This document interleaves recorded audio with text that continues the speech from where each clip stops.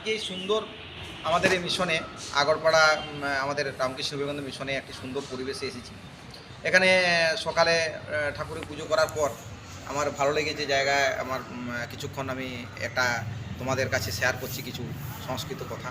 একটা শ্লোকের কথাই বলি যে শ্লোকগুলো তোমাদের পরীক্ষায় অনেক ছাত্রছাত্রীরা তোমরা আছো বুঝতে পারো নি, অর্থাৎ সেইখান থেকে কীরকম প্রশ্ন পড়ে বা কীরকম প্রশ্ন লিখতে হয় তার থেকে ব্যাখ্যা সেগুলো তোমরা বুঝতে পারো নি।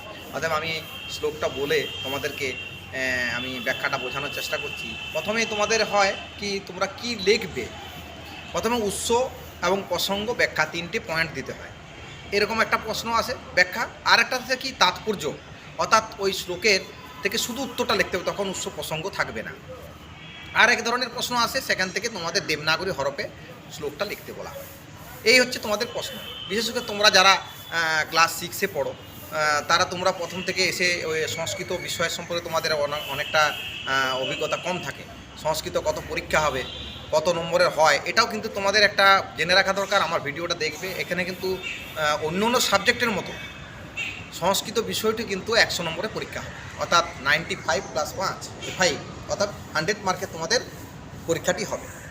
সংস্কৃত এবং বাংলা আবার অন্যান্য বিষয়গুলো যে আছে অঙ্ক, সেই সাবজেক্টের মতনই এটি একটি গুরুত্বপূর্ণ বিষয়। এখানেও কিন্তু তোমাদের পরীক্ষা পাস করতে হবে, 100 নম্বরের পরীক্ষা হবে। এখন আমি যাক আলোচনায় আসি যে তোমাদের ভিত্তি কেন না, তোমাদের সংস্কৃত যে অক্ষর জ্ঞান এটি কিন্তু প্রথম একটি গুরুত্বপূর্ণ বিষয়। প্রথমে তোমাদের অক্ষরগুলো ভালোভাবে যুক্তাক্ষর, অক্ষর, আকার, একার, ওকার, সংখ্যাগুলো এগুলো তোমাদের দেখে নিতে হবে। তারপর শ্লোকের কথা বলি। তোমাদের যেমন বলেছি, তোমাদের একটা শ্লোক আমি তোমাদের ক্লাসে করিয়েছি, সে তো পদ্মাসনা দেবী, সে তো পুষ্প প্রশোভিতা, শ্বেতাম্বর ধরা নিত্যা, সে তো গন্ধানুলেপনা। এই শ্লোকগুলো কেমন পরীক্ষা পড়ে এটা দেবনাগরীতে লিখতে বলা হয়, আর এই শ্লোকের মানেটা লিখতে বলা হয়। সেগুলো তোমাদের সব আস্তে আস্তে আলোচনা করব। এখন তোমাদের কি পরীক্ষায় কী লিখতে হয় সেটাই আমি তোমাদের কাছে আলোচনা করছি। এরপর রয়েছে দেখো 6, 7, 8, 9, 8-এর যারা রয়েছে তাদের জন্য কি কি পরীক্ষায় পড়ে। যেমন চাণক্য শ্লোক, চাণক্য শ্লোকার যেমন 7-এ চাণক্য শ্লোকের নাম আছে।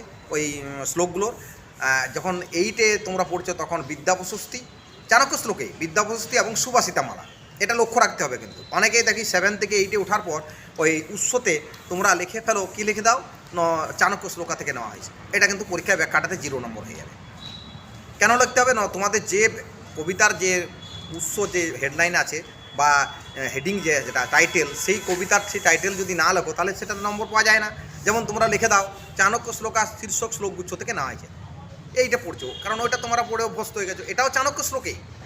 কিন্তু দেখো বই থেকে লেখক যে নামকরণ করেছেন সেটাই তোমাদের গুরুত্বপূর্ণ বিষয়, সেটাই লিখতে হবে। যেমন সুভাষিতামালা, যেমন এখন একটা শ্লোক বলি, প্রিয় বাক্য প্রদানেন সর্বে তুষ্যন্তি জন্তব্য, তস্মাৎ তদৈব বচনে কা দরিদ্রতা। এই শ্লোকগুলো আবার আছে, পুস্তকস্থা তুজা বিদ্যা পরহস্ত গতং ধনম, কার্যকালে সমুৎপন্নে ন সা বিদ্যা তদ্ধন, উদ্যমেন হি সিদ্ধন্তি কার্যানি ন মনোরথই, ন হি সুপ্তস্য সিংহস্য পবিশন্তি মুখেমিকা। তোমাদের যেমন বলি এই শ্লোকটি 6, 7, 8 তিনটি ক্লাসেই আছে, সেই শ্লোকটি আমি আলোচনা করব যাতে 3টি ক্লাসের ছেলেদের আমার উপকার হয় এই ভিডিওটি দেখে। চলচিত্তং চলদিত্তং চলজ্জীবন যৌবন, চলাচলমিদং সর্বং কীর্তিযস্য সজীবতি। এর মানে কি? চলচিত্ত মানে মন চঞ্চল, চলচিত্ত, চলদিত্তং মানে ধনসম্পত্তি অর্থ, এটা চঞ্চল, চলজ্জীবন যৌবন অর্থাৎ জীবন যৌবনও চলমান। কীরকম না, আজকে দেখো আমাদের তোমরা বুঝতে পারছো এই অর্থ যেমন চঞ্চল অর্থ কিন্তু আমাদের কাছে সবার থাকে না। জীবন যৌবনও তেমন ঠিক। আজকে আমরা ক্লাস 6-এ পড়ছি, 6 থেকে 7, 8-এ উঠবো, আস্তে আস্তে বয়স কী হবো, বার্ধক্যে গিয়ে বৃদ্ধ অবস্থায় পৌঁছাবো।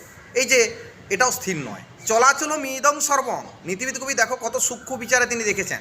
শ্লোকের মধ্য দিয়ে কী বলেন, চলাচল মিদং সর্বং, সব কিছুই চঞ্চল, কিন্তু কীর্তি যস্য সজীবতি, যার কীর্তি আছে তিনি একমাত্র বেঁচে। দেখো আমি এই মিশনে যিনি আমাদের মিশনটি তৈরি করে গেছেন নিত্যানন্দ মহারাজ, তিনি আজকে আমাদের কাছে তার দেহগত অস্তিত্ব নেই, কিন্তু তার মনোগত অস্তিত্ব বিরাজমান, এটি কীর্তি।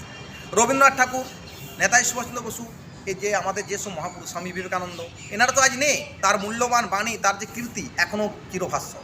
তাই সমস্ত কিছু পরিবর্তে কিন্তু কীর্তি অর্জন করা উচিত। যাক, এগুলো শ্লোকগুলো তোমাদের আবার পরবর্তীকালে ব্যাখ্যা সুন্দরভাবে আলোচনা করব। এখানে তোমরা অনেকটা উপকৃত হবে, কী লিখতে হবে পরীক্ষায় এটাই তোমাদের আলোচনা করলাম। তারপর আবার এই ব্যাখ্যাগুলো আমি পরবর্তী ভিডিও নিয়ে আসবো।